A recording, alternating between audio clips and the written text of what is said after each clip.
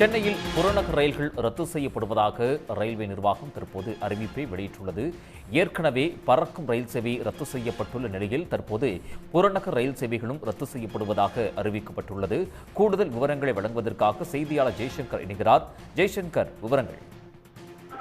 அதாவது பெங்கல் புயல் சென்னை புறநகர் பகுதியில் பலமாக மழை பெய்து வருகிறது. காலை முதலே கனமழை பெய்து சூறாவளி காற்றுடன் மழை பெய்து வருகிறது. இந்த நிலையில்தான் ஒரு 11 மணி 12 மணி அளவில் அதிக கனமழை பெய்தது. இதனால் ரயில்வே தண்டவாளங்களிலும் சென்னை கடற்கரை மற்றும் தாம்பரம் மார்க்கத்திலும் அதிக அளவில் ஆங்காங்கே மழை நீர் நின்றது.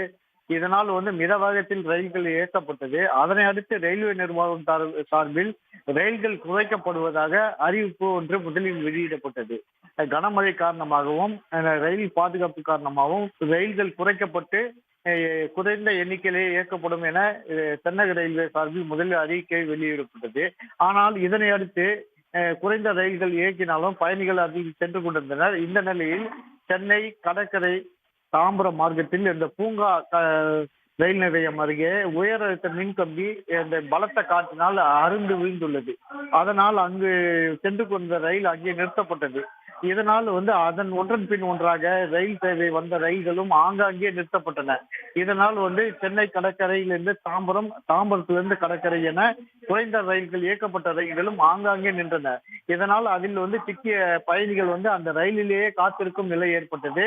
இதில் சில பயணிகள் வெகு நேரம் காத்திருந்தும் ரயில் மீண்டும் இயங்காததால் அவர்கள் இறங்கி சென்றனர்.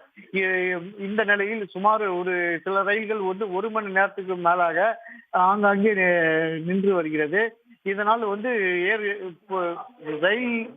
ரயிலில் பயணம் செய்ய வந்த இந்த பயணிகள் கடுமையாக பாதிக்கப்பட்டனர். ஜெய்சங்கர், தகவல்களுக்கு நன்றி. உடனுக்குடன் செய்திகளை தெரிந்து கொள்ள சன் நியூஸ் பெல் ஐகானை கிளிக் பண்ணுங்க.